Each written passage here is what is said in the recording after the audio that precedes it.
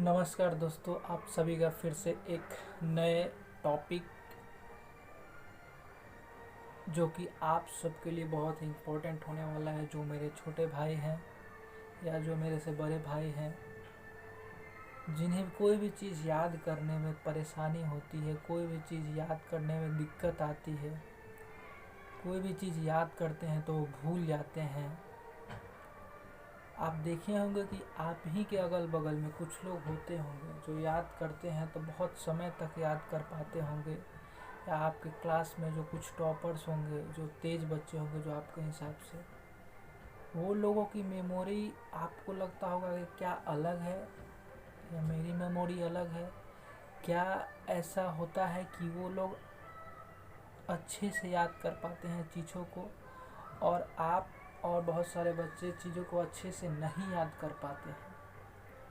तो इस वीडियो में मैं आपको वही बताने वाला हूँ कि आपको कोई भी चीज़ को, चाहे आप स्कूल में हो, चाहे आप हाई स्कूल में हो, चाहे आप कॉलेज में हो, कहीं भी हो या कोई भी चीज़ हो, ऐसा नहीं है कि आपको सिर्फ पढ़ाई से रिलेटेड ही याद करनी है। हो सके आपको ऑफिस में कुछ इम्पोर्टेंट डॉक्यूमेंट्स के बारे में याद रखनी हो, कुछ लोगों को मोबाइल नंबर याद रखना हो, कुछ लोगों को किसी का डेट ऑफ बर्थ, किसी का कुछ याद रखना हो, किसी को कोई डेटा याद रखना हो, तो कैसे हम चीज़ों को याद रखें लंबे समय तक, ताकि हम चीज़ों को भूलें नहीं और हम चीज़ों को जल्दी से जल्दी याद कर सकें।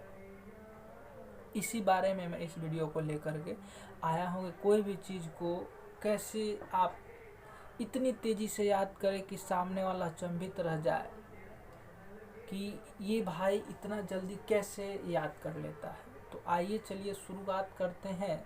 मैं कुछ पॉइंट्स बताऊंगा, अगर आपके पास पेन और पेपर होगा तो आप ले करके बैठ जाइए। तो शुरुआत करते हैं। पहले बार जो है वो है विजुअलाइजेशन के जरिए। जी हाँ दोस्तों, नोट करिए इस टॉपिक को, विजुअलाइजेशन के जरिए। जी हाँ दोस्तों, जब भी आप कोई चीज़ पढ़ें या पढ़ रहे हो तो उस चीज़ों को किसी चीज़ से इंटरलिंक कीजिए। इंटरलिंक करने का मतलब ये आप समझिए कि जैसे आप कोई चीज़ याद कर रहे हैं तो उस चीज़ को उसके आसपास के परिवेश से इंटरलिंक करिए। उससे इंटरलिंक करने से क्या होता है कि जैसे ही आपको उस चीज़ के बारे में आप सोचेंगे, आपको मेमोरी में जैसे भी आपने याद किया है वो चीज़ें धीरे धीरे अपने आप आने लगेगी।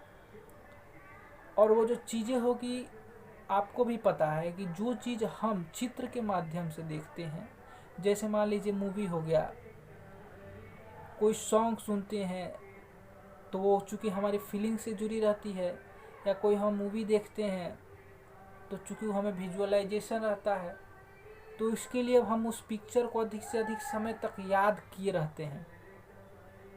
वो याद रहने का एक कारण है कि हम उसको विजुअलाइज कर पाते हैं, चीज़ों को हम अपने दिमाग में विजुअलाइज कर पाते हैं कि इसके बाद ऐसा हुआ था, इसके बाद ऐसा एक्शन हुआ था। तो उससे क्या होता है, चीज़ें अधिक समय तक याद रहती है। तो इसके लिए मैं आपको सबसे पहली सलाह दूंगा कि आप कोई भी चीज़ों को रट्टा ना मारे। रट्टा मारने के बजाय आप चीज़ों को विजुअलाइज कीजिए। जी हाँ, अगर आप विजुअलाइज करते हैं तो आपकी जो याद करने की क्षमता है 2-3 गुनी बढ़ जाएगी। सिर्फ ये स्टेप फॉलो करने से आपकी जो याद करने की क्षमता है या जो चीज़ ग्रहण करने की क्षमता है वो आपकी 2 से 3 गुनी बढ़ जाएगी। जो सेकंड पॉइंट है उसे कविता या गाने की तरह याद कीजिए।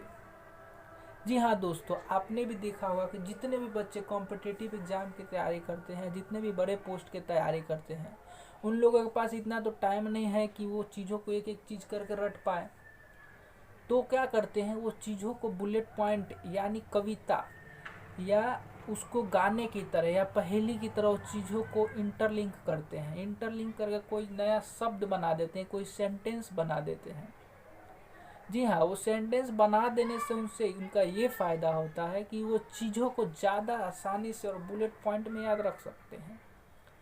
जी हाँ दोस्तों, अगर आप नॉर्मल तरीक़े से याद करने जाएंगे तो वही चीज़ बहुत समय लग जाएगा और वो चीज़ आप अधिक समय तक याद नहीं रख पाएंगे। लेकिन जो चीज़ आप कविता या गाने के माध्यम या किसी सेंटेंस जो आपने अपने खुद से बनाया है, अगर उसके माध्यम से याद करते हैं तो वो चीज़ें आपको ज़्यादा समय तक याद रहती है। इसका कारण ये है कि चीज़ें आप अपने हिसाब से बनाए रहते हैं तो वो चीज़ें एक दूसरे से इंटरलिंक रहती है और आपकी मेमोरी उस चीज़ को धीरे धीरे अच्छे से रिकॉल कर पाती है। इसके लिए आप वो चीज़ों को ज़्यादा समय तक याद रख पाते हैं। तो 2 पॉइंट हो गया। कौन कौन सा? पहला था कि विजुअलाइजेशन के जरिए याद कीजिए, किसी इमेज के द्वारा उसको याद कीजिए। दूसरा था कि हमें चीज़ के माध्यम से बनाना है। कविता बना लीजिए, आप उसको गाना बना लीजिए या कोई दोहा बना लीजिए जो शॉर्ट में हो, बुलेट पॉइंट में हो, तो आप याद कर सकते हैं। तो 2 पॉइंट्स आपने नोट कर लिए। तीसरा पॉइंट है कि आप खुद को पढ़ाइए। जी हाँ दोस्तों, कोई भी चीज़ सीखिए तो आप पहले चीज़ों को अच्छे से समझिए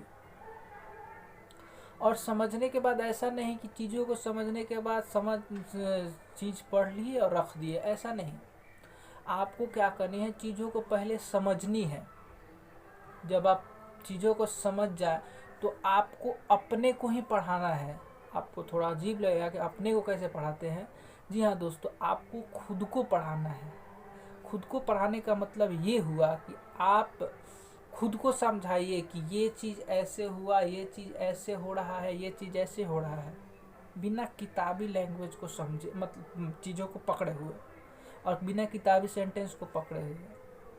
उससे क्या होगा कि आप जब खुद को समझाने लगते हैं तो वो चीज़ें आपको ज़्यादा समय तक याद रहती है। लोगों को अच्छे से आप वो चीज़ें समझा पाते हैं, अच्छे से लोगों को वो चीज़ डिलीवर दे पाते हैं।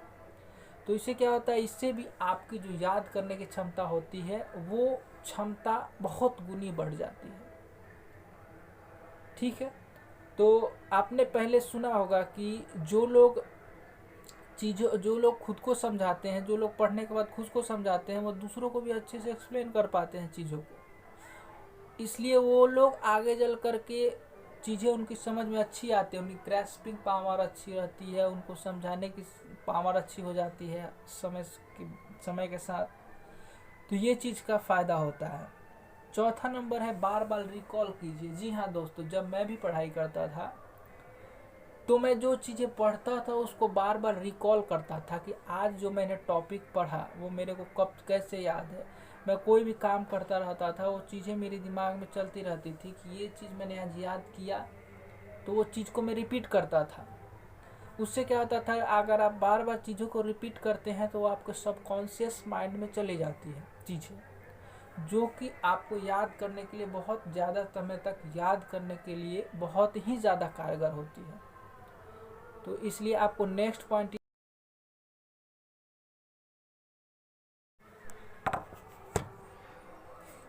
जी हाँ, तो आपको वो चीज़ को बार बार रिकॉल करनी है। रिकॉल करने से आपका क्या होता है कि आप चीज़ों को अच्छे से याद कर पाते हैं और ज़्यादा लंबे समय तक चीज़ों को याद कर पाते हैं। तो आपने ये भी टॉपिक नोट कर लिया। तो नेक्स्ट है वो है अच्छी संगति में रहें। अब आप बोलोगे कि पढ़ाई क्या अच्छी संगति बुरी संगति से क्या लेना देना है, याद का बुरी संगति अच्छी संगति से क्या लेना देना है? जी हाँ दोस्तों, आपके संगति का लेना देना है।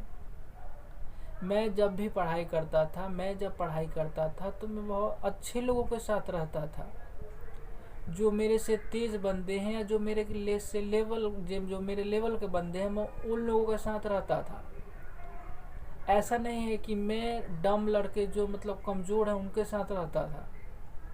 इसलिए आपको भी अगर चीज़ों को अच्छी तरह से याद करना है तो आपको भी अपने से ब्रिलियंट बच्चों के साथ में रहना पड़ेगा। और आजकल का ज़माना डिस्ट्रैक्शन का है, तो आपको डिस्ट्रैक्शन से भी बचना रहेगा। जी हाँ दोस्तों, अगर आप डिस्ट्रैक्शन से नहीं बचोगे तो आप याद करोगे, आज याद करोगे कल भूल जाओगे, कल याद करोगे परसों भूल जाओगे। इसलिए आपको ये बात का ध्यान रखना है कि आपकी जो संगति है वो भी पढ़ाई वाले लड़कों के साथ ही हो और वैसे ही इन्वायरमेंट में आपको पढ़ाई करनी है। तभी आप चीज़ों को अच्छे से रिकॉल कर पाओगे, क्योंकि आप जिस वातावरण में रहते हो आपका माइंड उसी हिसाब से ढल जाता है। ठीक है, तो जो नेक्स्ट टॉपिक है, जो नेक्स्ट पॉइंट है वो है लिखकर याद करें। जी हाँ दोस्तों, ये बहुत ही इम्पोर्टेंट है। कोई भी चीज़ को याद करने के लिए आप भी ये अनुभव किए होंगे कि जो भी चीज़ आप 2-4 बार लिख लेते हैं, चाहे वो आपके घर के किसी दोस्त का नंबर हो, घर के किसी रिलेटिव का नंबर हो, अगर आप चीज़ों को लिख लेते हैं तो आप चीज़ों को ज़्यादा समय तक याद कर पाते हैं, ज़्यादा समय तक आप उस चीज़ को याद कर पाते हैं। क्यों? क्योंकि लिखने से क्या होता है, लिखने से जो हमारे जो लिखने की जो हाथ तक जो नर्वस सिस्टम का जो आता है, जो संदेश आता है, वो सबकॉन्शियस माइंड से आता है। जब सबकॉन्शियस माइंड चीज़ों को 2-4 बार देख लेती है, सुन लेती है, लिख लेती है, ज़्यादातर लिख लेने से, तो वो चीज़ें हमें बहुत समय तक याद रहता है, क्योंकि सबकॉन्शियस माइंड में जो चली जाती है, और जो चीज़ें सबकॉन्शियस माइंड में चली जाती है याद रहती है। ठीक है, नेक्स्ट है वो है जोर जोर से बोलकर पढ़ें। जी हाँ, अगर आप कोई भी चीज़ों को जोर जोर से बोलकर पढ़ते हैं तो इसका मतलब ये नहीं है कि आप लोगों को डिस्टर्ब कर रहे हैं या लोग आपसे नाराज़ हो रहे हैं। कोई बात नहीं, अगर लोग आपसे नाराज़ हो रहे हैं तो आप साइड में हो जा कर के आप पढ़ाई कीजिए। उससे क्या होगा कि आप अगर बोल करके पढ़ते हैं तो चीज़ें, कोई भी चीज़ आप देखिए, अगर आप वो बोल करके करते हैं तो वो आपकी सबकॉन्शियस माइंड में चली जाती है। अब सबकॉन्शियस माइंड में जाती है तो उस समय चीज़ें ऑटोमेटिक होती हैं, और जैसे ही कोई भी चीज़ों को आप ऑटोमेटिक तरीके से पढ़ना चालू करते हैं, आप चीज़ों को अच्छी तरह से रिकॉल कर पाते हैं। तो आपको ये मेरा पॉइंट्स याद हो गया। वो पॉइंट्स है कि आपको चीज़ों को बोल बोल कर की पढ़ाई करनी है। ऐसा नहीं कि आप बेड पर लेट गए चुपचाप पढ़ रहे हैं मन में, ऐसे पढ़ाई नहीं होती मेरे दोस्त। ठीक है, जो नेक्स्ट पॉइंट है वो है निरंतरता। जी हाँ दोस्तों, अगर आप में कंसिस्टेंसी यानी निरंतरता नहीं है तो आप चीज़ों को लंबे समय तक याद नहीं कर पाओगे। जी हाँ दोस्तों, उसमें क्या करना होता है कि अगर आप कोई चीज़ आज पढ़े तो आप एक बार कल उसको रिवीजन कीजिए। जी हाँ दोस्तों, कल उसको रिवीजन करिए। फिर आपको वीकेंड यानी शनिवार या संडे को आप एक टाइम टेबल बनाइए कि इस टाइम में मेरे को चीज़ों को रिकॉल करनी है या याद करनी है, जो भी चीज़ मैंने पढ़ा उसको रिवीजन करना है। तो उससे क्या होता है कि कंसिस्टेंसी से आप ये चीज़ों को 2-3 महीने भी कर देते हैं तो ये चीज़ें आपको हमेशा के लिए याद रहती है, ज़्यादा समय तक याद रहती है। इसके लिए आपको इस बात का भी ध्यान रखना है कि आपको कोई भी चीज़ को अगर हमें ज़्यादा समय तक याद रखना है या आपको जल्दी याद रखना है तो आपको कंसिस्टेंसी होना चाहिए। जी हाँ दोस्तों, अगर आप कोई टॉपिक आज पढ़े, कल नहीं पढ़े, परसों पढ़े, तो इससे क्या होता है कि चीज़ें वो हमारे दिमाग में वो सबकॉन्शियसली चलती रहती है, तो चीज़ें हमारी तेज़ी से याद होती है, ज़्यादा समय तक टिकती है और ज़्यादा देर तक रहती है। तो मैं चीज़ों को थोड़ा जल्दी जल्दी लेके जा रहा हूँ क्योंकि वीडियो ज़्यादा बड़ा ना हो जाए इसके लिए। तो नेक्स्ट जो है हमारा पॉइंट वो है रोज़ एक बार रिवीजन करें। जी हाँ दोस्तों, मैं भी यही किया करता था। मैं भी जब 10th क्लास में था, 10th 9th 11th में था, तो चीज़ों को हर एक चीज़ का मैंने टाइम टेबल बना करके रखा था कि किस टाइम में किस चीज़ों को पढ़ाई करनी है। तो क्या करता था, मैं पढ़ के आने के बाद जो चीज़ें ट्यूशन या स्कूल में पढ़ा।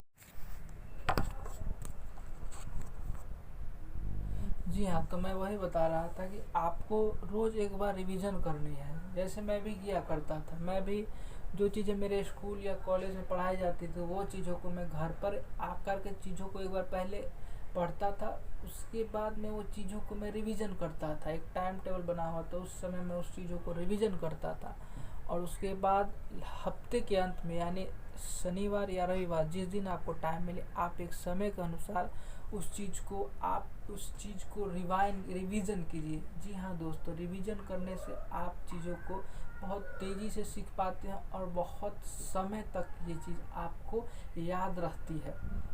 तो मैंने जो जो चीज़ बताया है उसका मैं एक बार और आपको दे देता हूँ, एक बार रिपीट कर देता हूँ। पहला है कि आप विजुअलाइजेशन के जरिए पढ़ें। जी हाँ दोस्तों, तो फिर मैं वो चीज़ों को एक बार रिपीट कर देता हूँ जो मैंने पॉइंट्स बताए हैं। वो पॉइंट्स से सबसे पहले विजुअलाइजेशन के ज़रिए था, यानी इमेज के द्वारा। दूसरा था कि कविता, गाने या अपने हिसाब से कोई सेंटेंस के हिसाब से याद रखें। तीसरा था कि आप खुद को पढ़ाएं, ठीक है। चौथा था कि बार बार रिकॉल करें, यानी रिकॉल करें उसको। पांचवा था अच्छी संगति में रहें। छठा था कि उसको लिखकर याद करें। सातवां था कि जोर जोर से बोलकर पढ़ें। आठवां था कि आप निरंतर उसका याद करें, निरंतर उसको याद करें। नौवां था कि बार बार या रोज रोज उसको रिवीजन करें, ठीक है। ये सब जो चीज़ें थी वो इम्पोर्टेंट थी। आप अगर इस चीज़ को फॉलो करते हैं तो आप कोई भी चीज़ों को, मैं आपको गारंटी से कह सकता हूँ, आप चीज़ों को 5 गुना तेज़ी से चीज़ों को याद कर सकते हैं। और आप किसी भी क्षेत्र में, आप चाहे स्कूल में हो, कॉलेज में हो, ऑफिस में हो, बिजनेस में हो, या आप सिंपल या नॉर्मल लाइफ में हो, आप कोई भी चीज़ को सिंपली तरीके से लोगों की अपेक्षा 5 गुना तेज़ी से चीज़ों को याद कर सकते हो। तो इस वीडियो में थोड़ा बड़ा हो गया, मैं जानता हूँ ये वीडियो, बट थोड़ा आप लोग भी समझदार हैं, समझ जाइए, क्योंकि ये थोड़ा गंभीर टॉपिक था, इसलिए थोड़ा सा बड़ा हो गया वीडियो। तो इस चीज़ों का पालन रखें, और मैं इसी तरह का वीडियो बनाता रहूँगा। आप सब मेरे अपने परिवार हैं, तो आप अगर इस चैनल पे नए हो तो, और आपको कुछ इम्पोर्टेंट चीज़ मिली अगर सीखने को, सुनने को, इससे आप जीवन में कुछ आगे बढ़ सके, तो प्लीज़ चैनल को सब्सक्राइब करें, अपने भाई को सपोर्ट करें, और मैं आपके लिए इस तरह का वीडियो लाता रहूँगा। तो तब तक चलिए, थैंक यू वेरी मच। जय हिंद, जय भारत।